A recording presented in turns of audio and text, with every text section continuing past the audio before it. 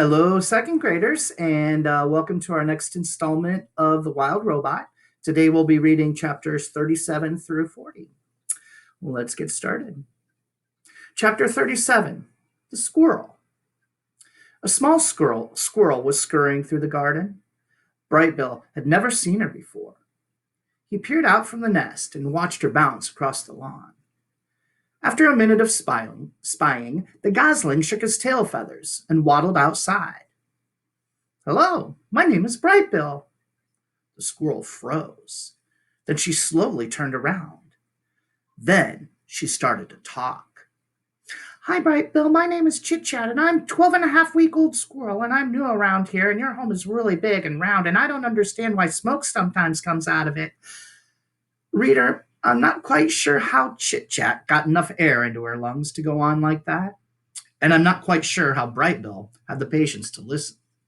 But he stood there and politely nodded as Chit Chat rambled on and on and on.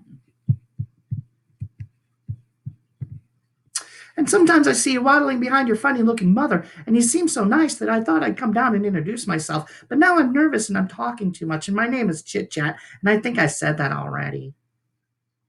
There was a pleasant silence. Brightbill stood on one foot for a moment. Then the gosling took a deep breath and said, It's very nice to meet you, Chit Chat. I don't think you talk too much. I think you talk just enough. And I like you, so let's be friends. A big smile appeared on the tiny squirrel's face. For once, Chit Chat was speechless. Chapter 38 The New Friendship. Chit Chat wasn't speechless for long. She'd already been alive for a whole 12 and a half weeks, and she wanted to tell Brightbill about every exciting thing and every boring thing that had ever happened to her. And so, as the new friends played and explored and ate together, the squirrel shared her stories. I was born on the other side of the hill, and then last week I decided I was ready to build with my first dray, which is what you call a squirrel nest. And now I live in that tree with that weird bump in its trunk, she said, while the two of them kicked pebbles into the pond. One time a weasel chased me through the treetops until he missed a branch and fell all the way down and crashed into a bush and walked away all wobbly, and he never bothered me again, she said, while the two of them crawled through a hollow log. Ew, gross, I saw you eat that ant one time, and I ate a gnat by accident, and I don't like it at all. I mostly eat acorns and bark and tree buds, and sometimes yummy berries that grow in your garden, she said, while the two of them took the snack break. But Chit Chat was as good a listener as she was a talker. And whenever it was Brightbill's turn to speak, she'd keep quiet and hang on his every word. Do you know who enjoyed the conversations most of all? Our robot, Roz. The protective mother was never far away, and she felt something like amusement at the silly conversations she overheard. And she felt something like happiness that her son had made such a good friend. Chapter 39 The First Flight. Brightbill had spent his entire life by the pond, and he was becoming very curious about what lay beyond his neighborhood. So one day his mother said to him, Let us go for a walk, and I will show you more water than you think you can possibly imagine. Roz placed the gosling on her flat shoulder, and the two of them set out across the island. They marched out of the forest, crossed the great meadow, and climbed uphill till they were at the top of the island's western ridge. Before them was a grassy slope that descended all the way to the dark, choppy waves that surrounded the island. That's a lot of water, said the wide-eyed gosling. I'm a good swimmer, but I'm not good enough to swim across that pond. That is not a pond, said the robot. That is an ocean. I doubt any bird could swim across an ocean. Waves rolled in from the horizon. Seagulls circled above the shore. A steady breeze blew up the slope. Brightbill's yellow fluff had recently changed over to a coat of silky brown feathers, and he spread his feathery wings into the breeze. And then, Mom, look!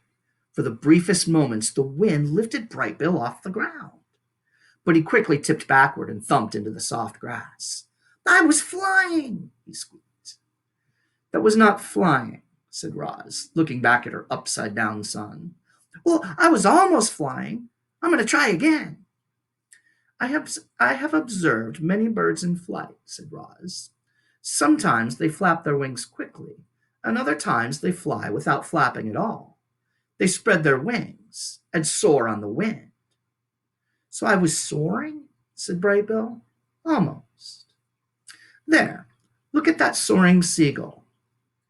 It seems like she is not doing anything, but if you look closer, you will notice that she is making small adjustments with her wings and tail. I think you should try adjusting your wings in the wind, like her. Bright Bill hopped onto a rock and opened his wings wide. The wind is pushing me backward. Change the angle of your wings, said his mother. Let us see what happens when they slice through the air. Bright Bill angled his wings downward. The more he turned them, the less the wind pushed him backward. And just as his wings leveled off, Mom, look, he squeaked as his feet left the ground. I'm soaring! I'm soaring! He hovered there for a second, rising a little higher than before, and then he sailed backward into the soft grass again.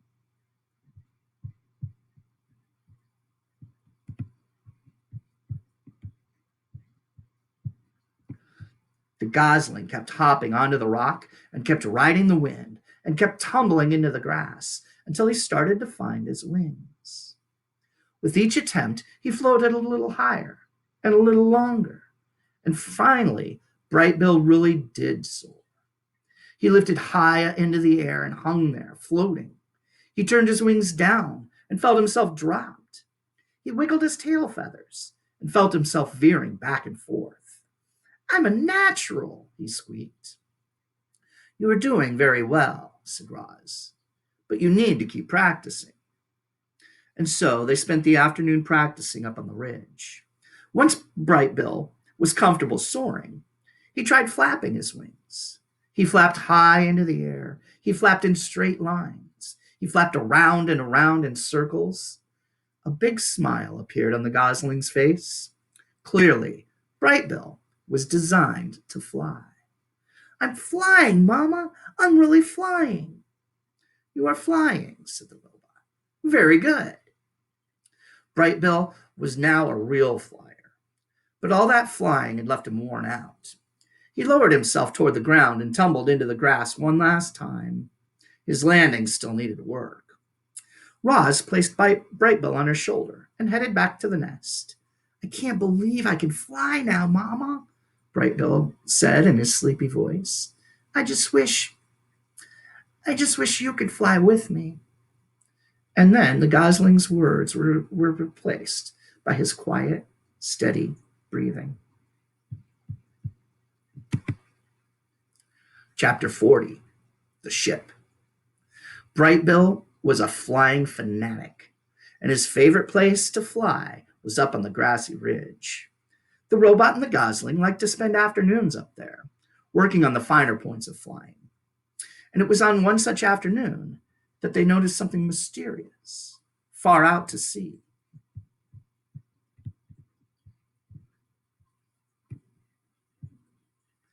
Bright Bill spiraled down to his mother, flopped onto the grass, and pointed to the horizon.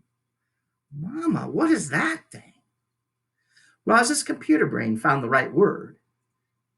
That is a ship. What's a ship? A ship is a large vessel used for ocean transport. Bright Bill's face scrunched up with confusion. Used by who?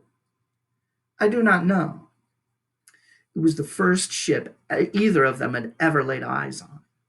From that distance, it looked as though it were moving slowly, but it was actually racing through the waves. From that distance, it looked as though it were small, but is actually one of the largest ships ever built. The robot and the gosling watched it crawl across the ocean until it finally disappeared in the south. But where had the ship come from? Where was it going? Who was on board? Roz and Brightbill had many questions, but no answers. All right, that is the end of chapter 40. Let's take a look at our writing for today. Today you've got some choices. There are three, let me move myself here. There are three writing prompts to choose from today. You can pick one. If you'd like to write about more than one, you may. If you'd like to write about two of these instead of one of the other writing assignments, that's fine too. That's something you can work out with your parents.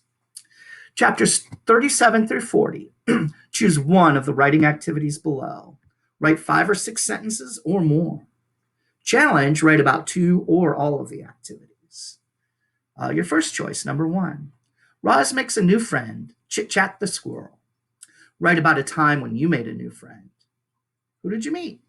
Tell about them. Where were you? What did you do?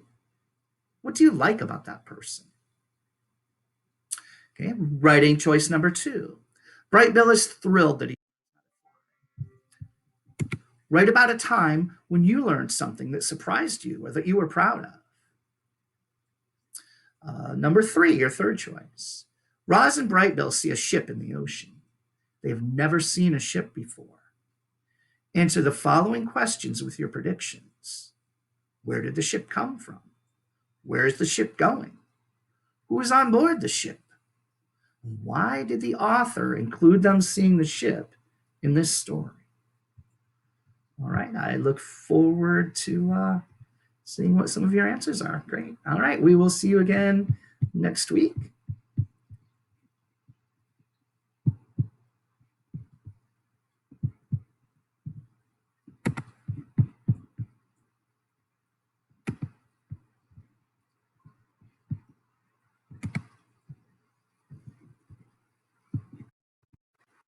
Hello, Sacagawea, and welcome to chapter